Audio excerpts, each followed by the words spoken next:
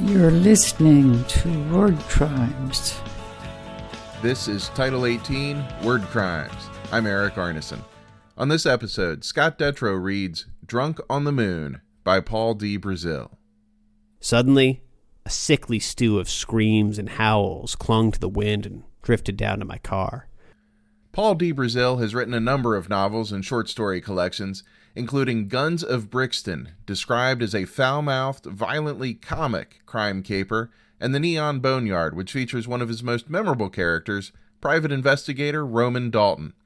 Dalton, who happens to be a werewolf, is also the star of the short story Drunk on the Moon, featured on this episode.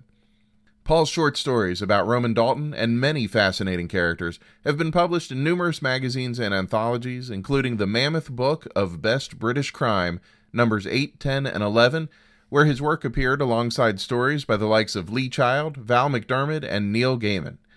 And now, here's Scott Detrow reading Drunk on the Moon by Paul D. Brazill.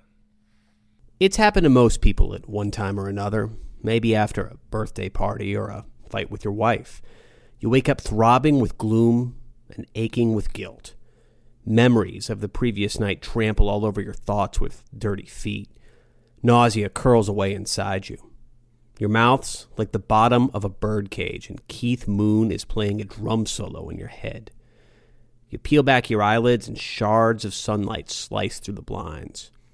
Your bedroom looks as if it's been redecorated by blind winos. You stagger to your feet and stumble into the migraine-bright bathroom to puke. You're sweating, shaking, and pins and needles acupuncture your body. Your clothes are torn and covered in blood. And then, the waves of dark memories come flooding back like a tsunami. Like I say, it happens to most people every now and again. But to me, it happens with regularity. Every month. 3 times a month, to be precise. And it happened again last night. The oil slick of night was melting into a granite-gray day, and dark, malignant clouds were spreading themselves across the morning sky as a battered yellow taxi with blacked-out windows sputtered to a halt in front of my apartment block. I pushed past an overdressed Russian woman who rushed towards it. She struggled to control the big black umbrella, which fluttered and flapped like a big black bat trying to escape from her grip. Ignoring her protests, I grabbed the handle and opened the door. I shuffled into the back seat of the cab as Duffy, the driver, blew his nose on a Santa Claus napkin and threw it out of the window. Duffy's face was so acne-scarred it looked like a chewed-up toffee apple, and his spidery quiff was dyed black as ink. Not what you'd call a sight for sore eyes, then. "Shitty morning, eh, Roman?" said Duffy. "I've had better," I said, slumping against the car door. Duffy struck a match on the no-smoking sign and lit up a Cuban cigar. He stuffed it in his mouth and hummed along to Mel Torme's Gloomy Sunday. "The Velvet Fog," said Duffy, raising his bushy eyebrows. I said nothing. "Torme. His nickname used to be the Velvet Fog." I ignored him and stared out the window as he started up the car and ran a red light. At this time of day, the streets were littered with the dregs of society. Bottom feeders, lowlifes, the city was full of them these days. "Twilight time," said Duffy. His face was sweating, despite the fact the cab was as cold as a grave. "It's what we used to call this time of day, twilight time, you know, like the song." And then he was silent again, apart from his teeth grinding and the clicking sound his jaw made. The taxi snaked its way along the seafront, past pubs, greasy spoons, sex shops, and kebab shops, before stuttering to a full stop outside Duffy's bar. The rain fell down its sheets, and the fading lights shimmered, reflected in the taxi's windscreen. Duffy got out, pulled up the metal shutters, and opened the bar. As Duffy shuffled through the door, he switched on the lights, and the Wurlitzer jukebox burst to life. Howling Wolf snarled out, "I ain't superstitious," as I nestled on my usual bar stool, calmly contemplating the 2 fingers of dark Valentine that Duffy had immediately placed in front of me. The ice cubes seemed to shimmer, glimmer, and glow in the wan light. Twilight time indeed. I briefly turned my gaze outside. The wet pavement reflected Duffy's bar's flickering neon sign. Headlights cut through the heavy rain. A gangling scarecrow rushed past the window and burst through the door. Tall and with long black hair, Detective Ivan Walker blew in out of the storm like a murder of crows, bringing rain and a waft of golden leaves behind him. He wore a tattered long black raincoat, which flapped in the breeze. He took the stool next to me and put his badge and his Colt Anaconda on the bar. Duffy poured him a death black espresso. "Twilight time again, Roman," rasped Walker in a voice like broken glass.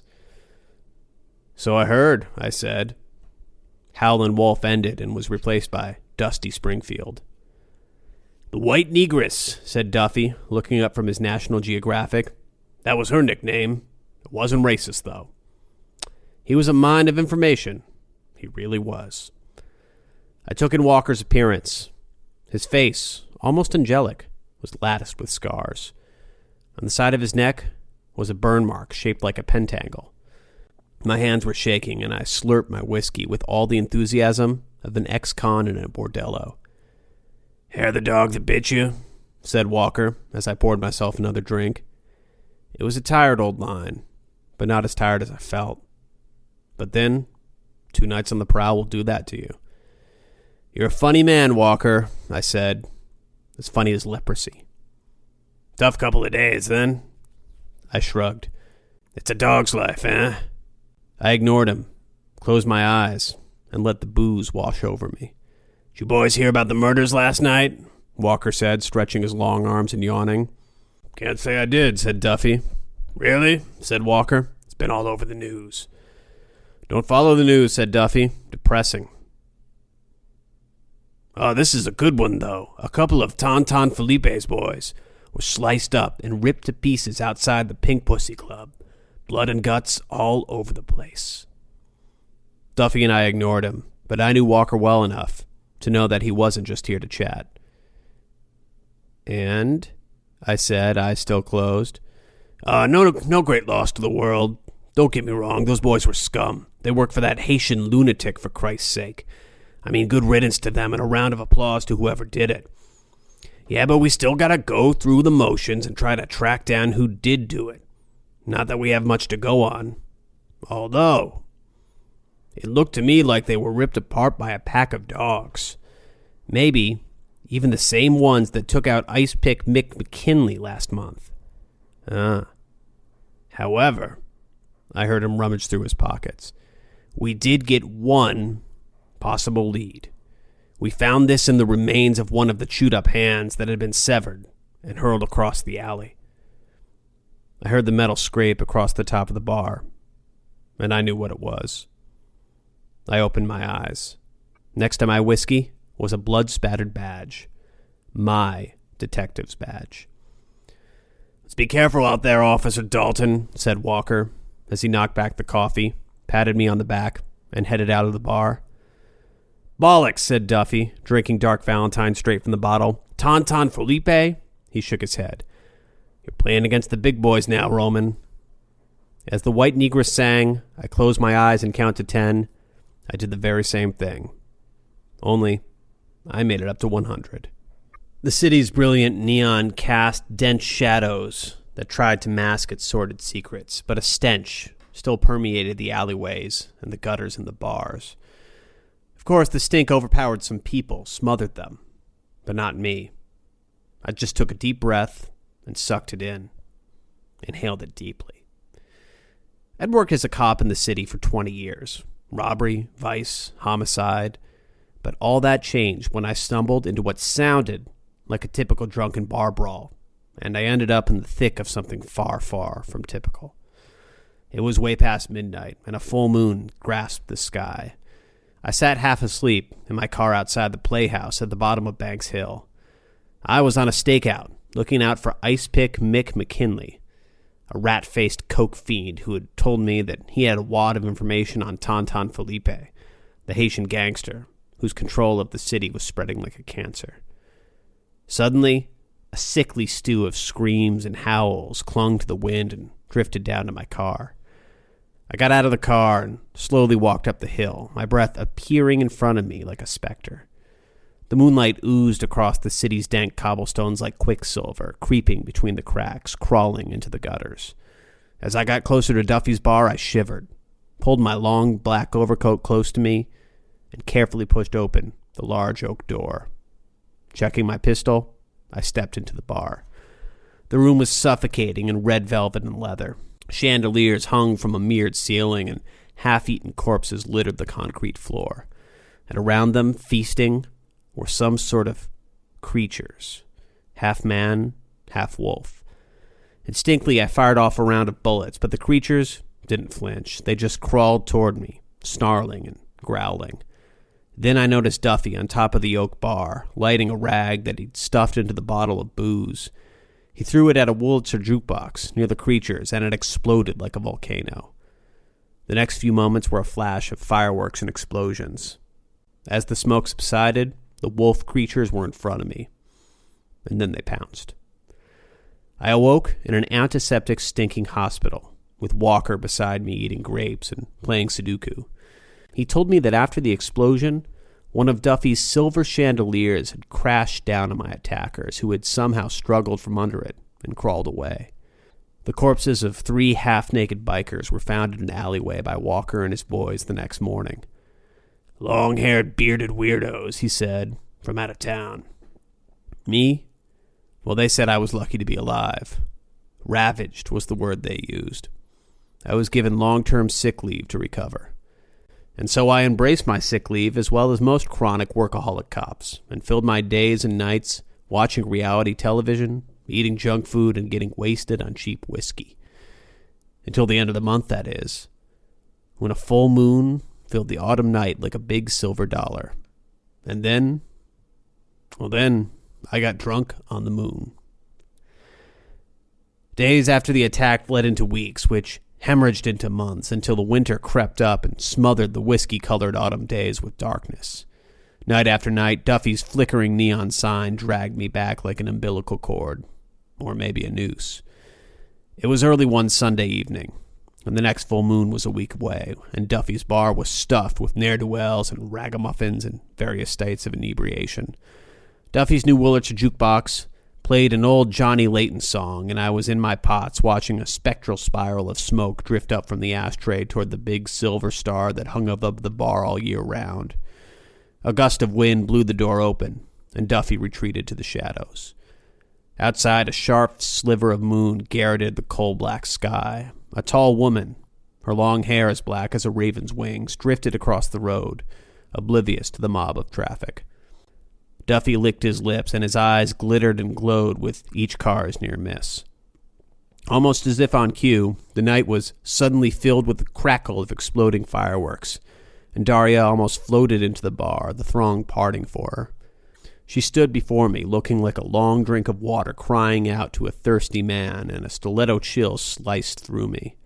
Her eyes glowed bright emerald green and then faded to black as she smiled, a slash of red lipstick across her full lips. "Detective Dalton," she said, in a voice as dark and thick as the smoke from a French cigarette.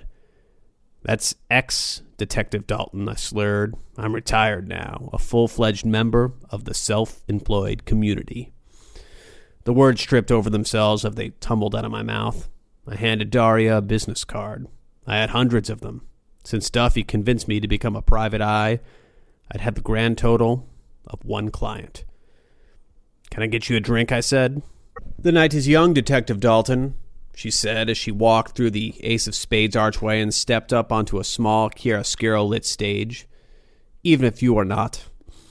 She chuckled as 2 massive bald men with bullet-hole eyes appeared out of the shadows and helped her with her long black raincoat. They moved a drum kit, a double bass, and an old RKO radio microphone onto the stage as Daria languorously smoked a black cigarette. I turned back toward Duffy, his head in a worn copy of National Geographic. "How was last night?" I asked. "The fancy dress party wasn't exactly a flop," said Duffy, without looking up from his magazine.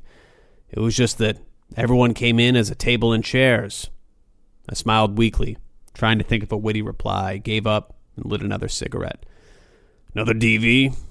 said Duffy. I shrugged and nodded at the same time. No mean feat, the state I was in. He poured me another drink and pulled the plug on the jukebox. I turned toward the stage as Daria's laugh filled the room again. There was a silence, and then she started to sing. The sweat trickled down the back of my neck like an insect, as the drumsticks scuttled across the drums and the bass player's fingers snaked down the fretboard. I shivered as Daria whispered a torch song as if it were her dying breath, and sparked the embers of a dream. I quickly downed my drink, ordered another one, and headed toward oblivion like a dishwater down a plug hole. The winter moon hung fat and gibbous as I tore Long Tom Short's head from his shoulders and hurled it across the snow-smothered ground. The spades of blood looked black in the stark moonlight. A murder of crows scattered and sliced through the whiteness as the purr of an approaching Mercedes grew to a roar and melded with my howls. The black car screeched to a stop in a nearby alleyway, outside the former church that had been converted into the Pink Pussy nightclub. The driver got out, pointing a Colt Anaconda. Dressed in a long black overcoat and wearing a wide-brimmed hat, he looked like the Shadow as he cut through the deserted car park. I growled as he approached, struggling as always to control my wolf self. "Down, Rover," said Ivan Walker as he looked around the 6 or 7 bodies spread around the car park. "You've been a busy boy tonight, Dalton," he rasped, his voice like sandpaper. "Tonton Felipe will have to recruit a new crew if you keep wasting his boys like this. Either that, or he'll corpse you." He scratched the pentacle-shaped scar on his neck with the barrel of his gun. Snow began to fall like confetti. Walker took Long Tom by the ankles and hauled the gargoyle's massive corpse toward the dark and dingy alley, leaving a snaking trail of blood behind him. I sniffed the smell of death, and my heart beat like a drum, my craving for flesh and blood increasing. Walker pulled Long Tom Short up to the car, illuminated by the light from a stained-glass window, and opened the boot. He hauled the cadaver inside and slammed the lid shut. I could almost taste the warm flesh. The red splashes were spreading like a Rorschach test before my eyes. The bloodlust was no longer possible to control. I leapt toward Walker and gave a cavernous roar as he dropped to his knees, pointed the gun, and fired it straight into my heart. I slammed into the back of the car and crumpled to the ground. Walker rose to his feet and stood over me, smoking a cigar, the smoke rings floating above his head like a halo or a crown of thorns. Behind him, I saw the shape of a tall, dark-haired woman in the corner of the alleyway. Her eyes glowed emerald green and then faded to black. And then a sea of sleep enfolded me. Dark dreams lapped at the shore of my sleep until I awoke, drowning in sweat. My eyes adjusted to the light. The digital clock beside my bed said it was midday. I was naked on my bed, the black sheets ripped to shreds, and I was dashed with cuts and bruises. Above my heart were 3 small punctures. Walker was a crack shot, and the darts, filled with traces of silver, were just enough to knock me out for the count without actually killing me. I showered and dressed in black jeans and a black roll-neck sweater. It was cold, and I sat at the formica table near the rasping radiator, sipping strong black coffee and nibbling on a piece of burnt toast. I clicked on my Bakelite radio and listened to a George Jones song while I tried to read To Have and Have Not. It was no good. Once again, my concentration was shot to pieces. I pulled on my Doc Marten boots, picked up my overcoat, and headed off to Duffy's. The thing is, I didn't particularly care whether she was lying to me or telling me the truth, since most of what I'd told her had been dug up from some murky hinterland somewhere on the outskirts of honesty. It was like a hunt, and it didn't seem to matter who was the hunter and who was the game. "So will you do it?" said Daria, sipping her glass of absinthe. She leaned close to me so she could hear my reply. The Frog Boys were slamming coins into the jukebox, playing non-stop 70s British punk rock far too loud. But I was in no condition to tell them to change their tune. The Frog Boys weren't the understanding type. If Tonton Felipe had one rival in the city, then Count Otto Rhino was that man. The Frog Boys were Rhino's seemingly invincible frontline troops. All of them well over 6 feet tall, with arms like tree trunks, and dressed in military fatigues. "Well," said Daria. Her perfume was a poison that I couldn't resist. I shrugged, knowing full well that I would dance to any tune she sang. A glass shattered in the corner of the room. I ignored it.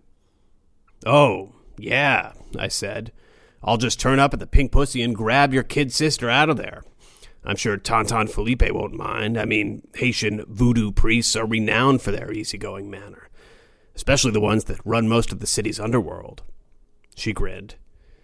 "And don't forget his army of zombie henchmen," she said, her eyes flashing crimson. "Oh yeah, mustn't forget them." "So you're in?" "Maybe. It'll cost you, though." "Oh, I can pay, detective. I'm good for it." "Then I'm in," I said, like Errol Flynn. Daria leaned back on the bar stool and smiled. "Another round of drinks," she said to Duffy. Duffy picked up a bottle of absinthe and placed it between us and the bar. Suddenly, the bar stool shook. 2 or 3 of the frog boys were slam dancing and singing, well, screaming about being cranked up really high. And they surely were. Just as Duffy poured our drinks, one of the behemoths splayed into me, spilling violent green liquid across the bar. I turned to him and glared. "Asshole," I yelled without thinking. "What did you call me?"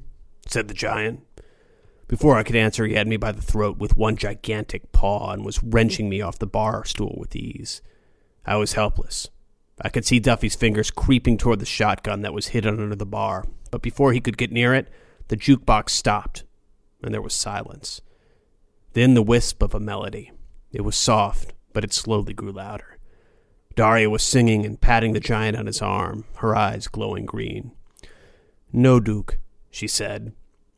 Suddenly he started to sob and dropped me back into my seat. Daria stroked his cheek. "Go play nice, Duke," she said. "Yes, Miss Daria," said the sniffling Duke. "Sorry." As she walked back, the rest of the frog boys all sat around the table, heads in hands. The jukebox clicked back to life. Miles Davis played a warm melody, but no one complained. The Pink Pussy was usually crammed full with the sort of people that give pawn life a bad name. Politicians, senior police officers, lawyers, actors. The DJ, Fritz Newman, was a gaunt, pallid man who looked as if he'd been dead for a decade, and no one had bothered to tell him. Each night he played something with a pounding, deafening bass. The dance floor would be crammed with hot and sweaty bodies. On the stage, partially clad young women slid around like spaghetti on an alcoholic's plate. But in the afternoons, the place was half empty. The flotsam and jetsam of life were scattered around the place, drinking, sleeping. I almost felt at home. I sat at the bar and glanced at my watch. Like with so many things, the secret of tonight's success would be timing. "Drink?" said the tattooed greaser behind the bar. "Dark Valentine," I said. He grimaced. "This isn't no flop house," he said. "Bourbon, then," I said. I picked up my drink and headed toward a darkened corner, toward Tonton Felipe. Small, with a red mohawk and an eye patch, Felipe sat on a golden throne near the stage, a smirk crawling across his face. Snakes twisted around his arms, hissing violently. A teenage girl was curled up in his lap like a Persian cat. "Detective Dalton," he said, nodding. I didn't correct him. Maybe Tonton, thinking I was still a cop, would have its uses. "What can I do for you?" "Her," I said, nodding toward the squirming little blonde. "I'm here to take her home." "I'm afraid this little fresh piece of chicken is reserved for a special customer. And what the Lao want, the Lao get. You can purchase any number of exotic delights, but this one is reserved." I had no idea what the Lao was, but I was used to getting my way. There was a beat as we locked eyes, and then I whipped out my gun. "I'm not buying," I said. "I'm taking." And I pulled her toward me. Felipe's laugh echoed around the place. Then they appeared, 3 of them, behemoths, torn and ragged flesh, glassy eyes. Zombies, maybe? It certainly seemed as if the rumors were true. But before I could contemplate this any further, they stepped toward me, and I fell into a well of blackness. Tonton Felipe's office was warm, stiflingly so, claustrophobic. I was strapped to a metal chair like an insect trapped in amber. A parrot screeched in the corner of the room. "Now what do we do with you?" said Felipe. "I think that eradicating an officer of the law may give me more problems than I need, but..." I was barely listening to him, not stressed at all. I could feel the itch crawling across my flesh. It wouldn't be long now. Outside the window, a milky moon filled the inky sky. I changed. It was a blur of crimson, of howls and screams. The zombies were soon ripped to shreds, but Tonton Felipe was gone in a wisp of smoke. The girl was like a rag doll as I picked her up and smashed through the window into the bitter cold night air. "Thanks, detective," said Daria. "You did a damned good job." We sat at a rickety table in a deserted Duffy's. She had the blonde on her knee, and I saw that they didn't look a lot like sisters, or kiss like sisters either. I'd been taken for a ride, a one-way ticket on a runaway train. My flesh prickled. My bones ached. I didn't care. Daria stood, a couple of the frog boys beside her. "Back home to Daddy, sweetie," she said to the blonde, who stumbled to her feet, a smirk on her face. They headed outside and got into a green stretch limo with a crest on the side, the crest of Count Otto Rhino. I looked down at the cash-filled envelope that Daria had given me, stuffed with more green leaves than you'd find in a cabbage patch. I'd made some money. An enemy of Tonton Felipe. Not a bad night's work, all in all. "DV?" said Duffy, tearing up a beer mat. "Nah, today I need a kiss from the Fevert, the Green Fairy. Give me a shot of absinthe," I said as I walked toward the bar. I heard it makes the heart grow fonder. That was Drunk on the Moon by Paul D. Brazill, read by Scott Detrow. Learn more about Paul at his website, Paul D. Brazill, and that's Brazil with 2 L's, pauldbrazill.com. You can also find links to Paul's website and his books in the show notes for this episode at our website, wordcrimespodcast.com. You can listen to or download more than 25 free episodes of Word Crimes on iTunes or Stitcher, or at our website, wordcrimespodcast.com. Upcoming episodes will feature stories by Angel Cologne and Todd Robinson, and keep your ears open for an interview or two as well. If you enjoy Word Crimes, please take a minute to rate the podcast on iTunes or Stitcher. Scott and I will really appreciate it. Plus, you'll also help other people learn about Word Crimes. You can find Scott Detrow on Twitter at Scott, DETROW. You can find me at ericarneson.com. That's ERIKARNESON.com. I'm also at Eric Arneson on Twitter and easy to find on Facebook. We'd love to hear from you. The music on this episode is by The Throws. You can find them at The Throws, THROES. That's thethrows.com. Thanks again for listening to Title 18 Word Crimes. We'll be back soon.